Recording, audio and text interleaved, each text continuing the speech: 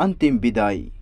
इसी आशीष को सर्वत्र बिखेरते हुए अपने सभी साथियों के लिए प्रेम का प्रवाह, करुणा का भाव बहाते हुए मानव जाति के उज्जवल उदांत नवनिर्मिति के लिए कण कण से दिन रात अपना आध्यात्म संदेश स्पष्ट करते करते यह असामान्य सामान्य महामानव 17 फरवरी 1986 को इस दुनिया से चल दिए। मृत्यु से 10 दिन पहले कृष्णा जी ने अपनी एक महत्वपूर्ण बात टेप रिकॉर्ड करने की इच्छा प्रकट की। उसमें उन्होंने कहा, आज सवेरे मैं उन लोगों को बता रहा था, पिछले 70 वर्षों से वह उन्नत असाधारण ऊर्जा नहीं, वह विराट ऊर्जा, अपार प्रज्ञा इस शरीर का उपयोग करती आई है। मुझे नहीं लगता कि लोगों को इस बात का स्पष्ट पता होगा कितनी प्रचंड ऊर्जा और प्रज्ञा इस शरीर में से पार हुई है। 12 सिलेंडर वाला इंजन रहा यह, और 70 वर्षों तक यह चलता रहा। काफ़ी लंबा समय था यह, और अब इससे अधिक सहन करना शरीर के लिए संभव नहीं है। इस शरीर में से क्या पार निकलता गया, इसे कोई भी नहीं समझ पाएगा, कोई भी नहीं।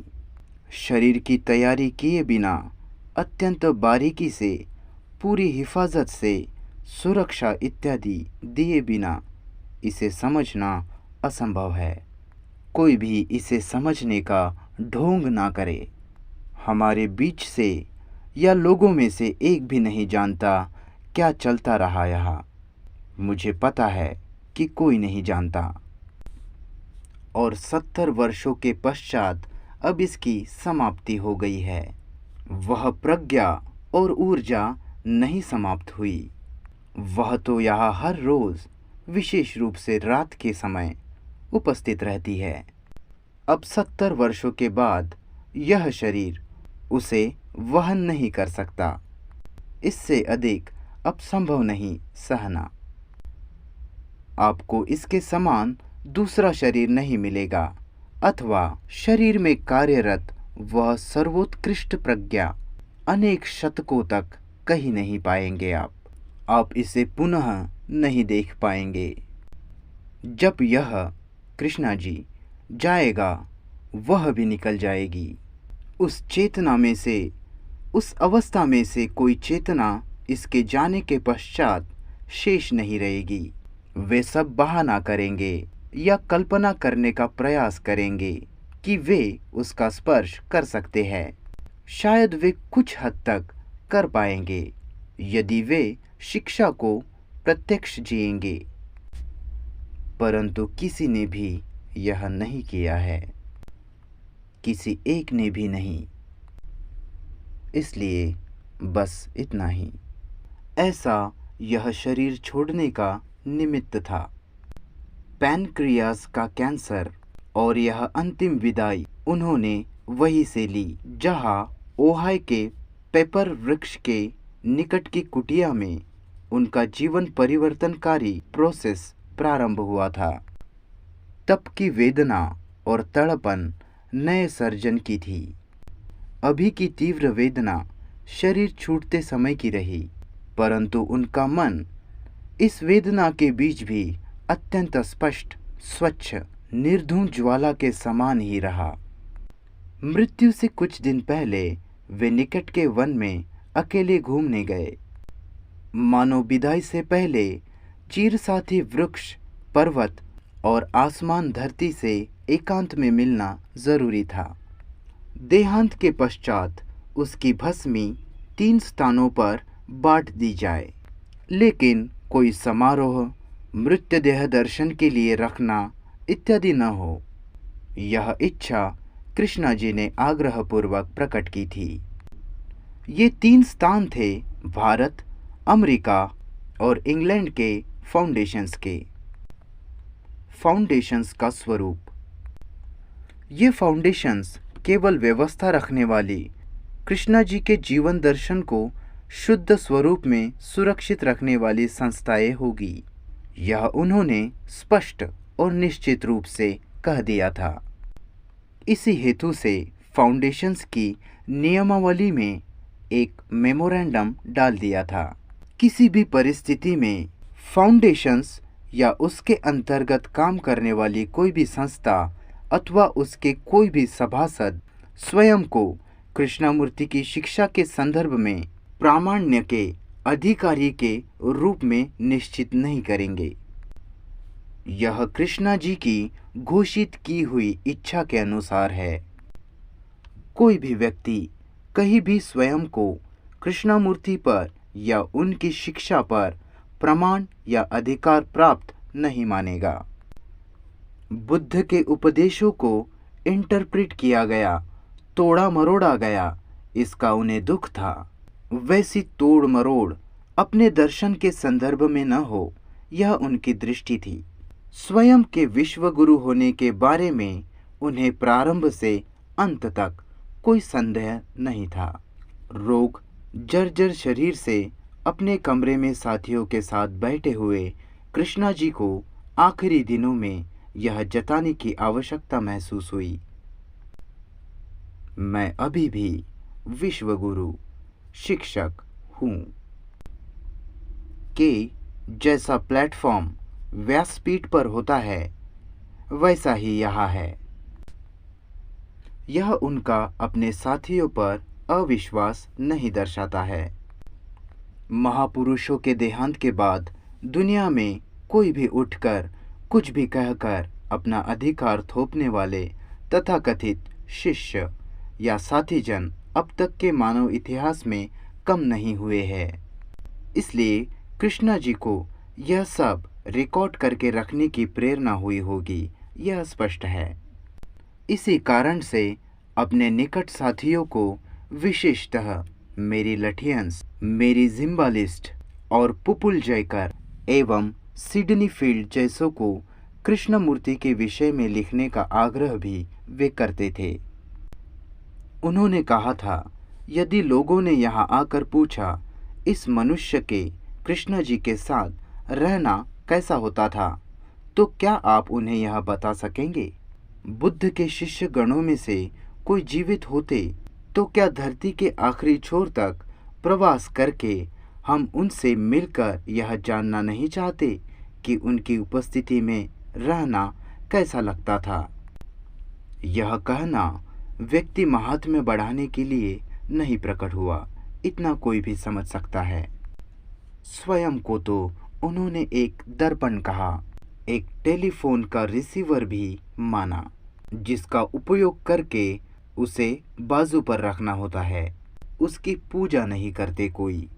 उन्होंने बताया था, गुरु सत्तावाद के वे जीवन भर कट्टर विरोधी रहे, परंतु मानव कल्याण की तीव्र अभिप्सा और मानव मन की मूलभूत क्रांति का, संपूर्ण परिवर्तन का जो अहम महत्व उनके जीवन और शिक्षा में प्रकट हुए थे, उसी के कारण यह कहा गया था।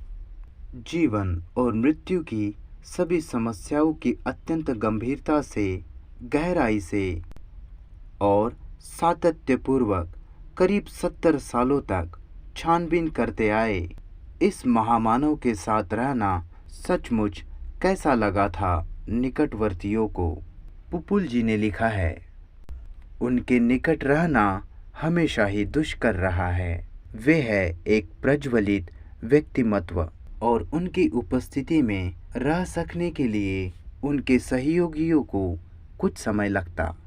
अवनति की ओर गतिशील कमज़ोर मनों के लिए उनके आसपास टहलते रहना असंभव है।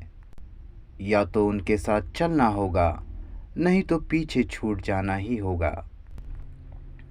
कृष्णा जी का शरीर सुकुमार है, किंतु उनका मन कभी भी सुस्त ढीला नहीं रहता। कृष्णा जी की विनोद प्रियता, अपने जीवन कार्य के लिए कठोरतापूर्वक इतने तत्पर रहने वाले कृष्णा जी क्या सुस्त और उदास चेहरा रखकर जीते थे? ठीक इनके विपरीत वे सदा प्रसन्न, ताजे और हंसमुख होते थे।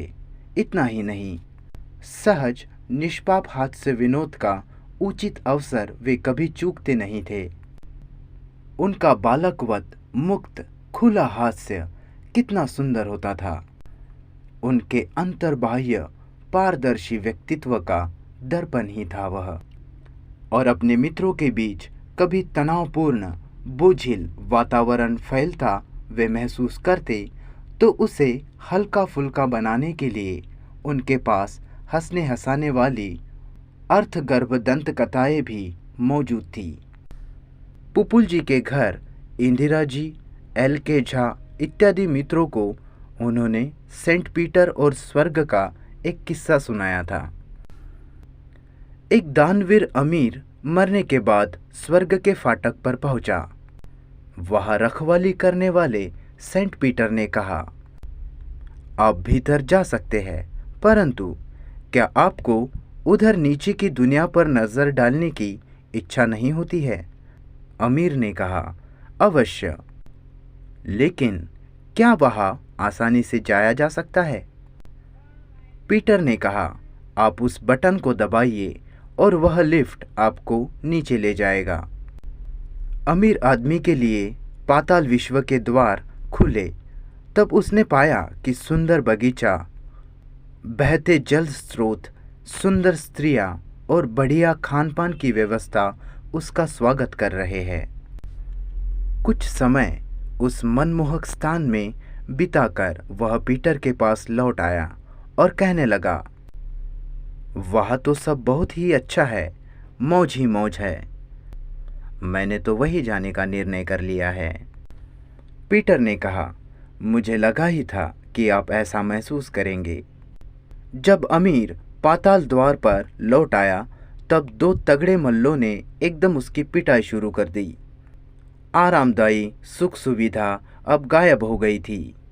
हैरान होकर दो मुक्कों के बीच वह इतना ही कैसे वैसे बोल पड़ा, कुछ ही समय पहले यहाँ आया तब मेरा आगत स्वागत कैसा हुआ था? क्या हुआ उस सब का? उसे और दो मुक्के मारते हुए गुंडे ने जवाब दिया, तब तुम एक टूरिस्ट थे। विनोद के साथ एक और मानवीय छटा कृष्णा जी में रही। एगथा क्रिस्टी जैसों की लिखी उन्नत स्तर की रंजक रहस्य कथाएं उन्हें भाती थी। गौतम बुद्ध, सन्यास और कृष्णा जी। हर क्षण सत्य साक्षात्कार में विभोर रहने वाले कृष्णा जी की वाणी और लेखनी मौलिकता प्रवाहित करती रहती थी। प्राचीन और अर्वाचीन काल में उनके जैसा आध्यात्म शिक्षक विरला ही मानना होगा। अध्यात्मक क्षेत्र के साहित्य में उन्हें रुचि नहीं थी, ऐसा वे स्वयं ही कहा करते थे, परंतु उपनिषदों का गौरवपूर्ण उल्लेख वे कभी कर देते थे। लेकिन विश्व भर के आध्यात्मिक दृष्टाओं में गौतम बुद्ध के समान अन्य कोई विभूति महत्व उनके लिए निकट का नहीं था, यह अनेक बार स्पष्ट हुआ है। 1920 में अपने मित्र परिवार के बीच बैठकर उन्होंने the Buddhas way of virtue पढ़ा था। पढ़ते पढ़ते एक वाक्य उन्हें छू गया, सर्वजयी और सर्वज्ञ हूँ मैं, अलिप्त, बेदाग, अबाधित, तृष्णा के विनाश से पूर्णतः मुक्त, मैं किसे कहूँ गुरु, स्वयं ही मार्ग खोजा मैंने। अपने मन का ही प्रतिध्वनि मानो कृष्णा जी ने इसमें सुना होगा। बुद्ध कहाँ मिले थे, कहाँ बैठे थे, इसका उल्लेख भी कृष्णा जी करते आए। आर्काइव्स में इसका संदर्भ मौजूद है। आल्डस हक्सले जैसे प्रज्ञावान ने कहा था, कृष्णमूर्ति को सुनते समय बुद्ध को सुन रहे हैं ऐसा महसूस होता है। बोलते बोलते कृष्णा जी का चेहरा भी परिवर्तित होता था, यह अनेकों ने देखा था। एनी बेसेंट और लेड बीटर दोनों को भी चेहरा महत्वपूर्ण लगता था। बुद्ध का चेहरा कृष्णा जी को कितनी ही बार अपने निकट उपस्थित लगता था और कृष्णा जी के चेहरे का निर्मल और अद्भुत सौंदर्य ओहाई के प्रोसेस के समय मास्टर्स ने निखारा था। 1960 के आसपास रोम में जब बुखार के कारण वेंडा स्कैरावेली के घर वे रहते थे, तब शरीर से अलग होकर कृष्णा जी स्वयं का तृतीय पुरुषी उल्लेख करके बोलने लगे। तब वेंडा ने उनकी बात लिखी थी। वह चेहरा बारीकी से बनाया गया है। ऐसा शरीर निर्माण करने के लिए बहुत लंबे समय से, अनेक शतकों से वे काम करते आए हैं। फ्रांस के विख्यात शिल्पकार एंटवान बोर्डेल द्वारा शिल्पित किया बस्ट कला और सौंदर्य के कारण विख्यात हुआ है और बुद्ध पर निकलने वाली एक फिल्म में प्रमुख भूमिका करने का निमंत्रण कृष्णा जी की युवावस्था में उन्हें मिला था। क्या वही चेतना, वैसा ही भाव और चेहरा मोहरा भी वैसा ऐसा रहा होगा बुद्ध और कृष्णा जी के जीवन में? ऋषि वैली के प्राचार्य कृष्णा जी के भतीजे जी नारायण ने अपनी किताब में 1975 की एक दिलचस्प घटना का जिक्र किया है। कैलिफोर्निया के ओहायो में ही नारायण और सुनंदा पटवर्धन थे। एक दिन सवेरे 11 बजे उन दोनों को कृष्णा जी ने बुलाया। कृष्णा जी अपने बिस्तर पर पैर फैलाकर बैठे थे। अभी अभी शायद स्नान करके वे आए थे। नारायण लिखते हैं, इन दोनों को कृष्णा जी ने कहा, अभी यहाँ बुद्ध उपस्थित है, प्रश्न पूछो। नारायण ने देखा कि कृष्णा जी के चेहरे में परिवर्तन हो रहा था। चेहरे पर आभा थी, नेत्रों में विलक्षण प्रकाश था और सूक्ष्म परिवर्तन था। कृष्णा जी के व्यक्तित्व से फैल रही रमणीयता के कारण कक्ष अभिमंत्रित सा हो गया था। कृष्णा जी ने पूछा, मेरी शिक्षा का सार रूप क्या है? कुछ झिझक के साथ नारायण ने कहा, आप ही विश्व है। इससे सहमति व्यक्त करके कृष्णा जी ने अपनी एक बात साथ में जोड़ दी, दृष्टा ही दृश्य है। जी नारायण कहते हैं, क्या सचमुच बुद्ध आविर्भूत हो गए थे या यह बोलने का मात्र एक तरीका है? और एक महत्वपूर्ण किस्सा भी जी नारायण ने अंकित किया है। वाराणसी के स्कूल में 1 घंटे तक कृष्णा जी का प्रवचन हुआ। समाप्ति के बाद एक सम्मान्य भिक्षु ने पूछा, त्रिविध पथ के बारे में आपका क्या विचार है? कृष्णा जी ने तत्काल प्रत्युत्तर में कहा, महोदय, मैं जो करता हूँ वह मेरा प्रेम है और वह मेरा ज्ञान है। कर्मयोग, भक्ति योग और ज्ञान योग का समन्वित रूप एक ही वाक्य में कृष्णा जी ने प्रकट किया था। जी नारायण लिखते हैं, वास्तव में कृष्णा जी के लिए ये तीनों एक रूप ही है। मिश्री के टुकड़े में आकार, मिठास और पारदर्शिता एक साथ उपस्थित होते हैं, वैसा ही है यह। एक बार कृष्णा जी ने स्वयं को एक गहरे कुएं की उपमा दी थी। अपने मित्र सिडनी फील्ड से उन्होंने कहा था, इस कुएं के प्यास बुझाने वाले आध्यात्मिक जल में से हर एक व्यक्ति ने अपनी हैसियत के हिसाब से पान किया है। जब सिडनी ने उनसे पूछा कि प्रारंभिक वर्षों में डॉक्टर बेसेंट और लेडबिटर जी ने पालक बनकर उनकी हिफाजत नहीं की होती तो उनका जीवन कैसा रहता? विचार मग्न होकर कृष्णा जी इस पर एक लंबे क्षण तक मौन रहे। फिर उन्होंने कहा, संभवतः मैं कुपोषण का शिकार बनकर मर गया होता। उन्होंने जो पार्श्वभूमि उपलब्ध करा दी, उसके बिना भी क्या आप मुक्त पुरुष बन सकते थे, ऐसा आपको लगता है? सिडनी ने पूछा। इस पर कृष्णा जी ने तत्काल जवाब दिया, जी हाँ। शायद इसमें समय अधिक लगता, परंतु अंतिम परिणति यही होती। संभव था कि मैं एक सन्यासी बन गया होता। आंतरिक प्रेरणा उपस्थित थी, कोई भी चीज़ अंततः उसे दबा नहीं सकती थी। सन्यास का कृष्णा जी को युवावस्था में विलक्षण आकर्षण रहा। शायद बाद के वर्षों में कभी इसे उन्होंने अपना आखिरी मोह कह दिया था, परंतु भारत की सन्यास भावना के लिए उनके मन में जो आदर था वह मिलने आए किसी भी सन्यासी को देखकर उमड़ आता था। सर्वसंग परित्याग का भाव उन्हें आकर्षक लगता था।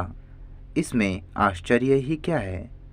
सन्यास का अर्थ ही है भूतकाल के साथ संबंध विच्छेद या मृत्यु। वास्तव में उनका चुनाव रहित निसंग अवलोकन वस्तुतः सन्यास ही तो था, परंतु बौद्ध या वेदांत दर्शनों की इतनी निकटता और समानता होते हुए भी पूर्वकालीन किसी भी महापुरुष से कृष्णा जी की अलौकिकता प्रकट थी। श्री दलाई लामा के साथी रिम्पोछे जी के उद्गार कृष्णा जी के व्यक्तित्व का अलग और अद्भुत स्वरूप प्रकट करते हुए निकले हैं। कृष्णा जी कभी जवाब प्रस्तुत नहीं करते, सामने के व्यक्ति में वे कभी भी कोई बात डालते नहीं, परंतु उनकी चुनौती अंतरंग में किसी अंकुरित हो सकने वाली बिंदु को स्पर्श कर जाती है, जिससे श्रोता को जागृत होने में मदद मिलती है और जो है उसे खुलकर स्पष्ट होना संभव बनता है। आप यदि कृष्णा जी से प्रवाहित होने वाली करुणा महसूस करते हैं तो देखेंगे कि उनकी कोई सीमा नहीं है। अनेक गुरुओं की दृष्टि मर्यादित रहती है, कृष्णा जी की दृष्टि अमर्याद है। जितनी अधिक अंतर्दृष्टि आप में खुलेगी और आप कृष्णा जी को स्पर्श करने का प्रयास करेंगे, उतने ही वे अधिक हटते दूर होते जाएंगे और उनकी अंतर्दृष्टि अधिक महान होती जाएगी। आपकी पकड़ में वे कभी नहीं आएंगे, उनके निकट आप कभी नहीं पहुंचेंगे। कारण यह है कि उनका न कोई अंत है न सीमा।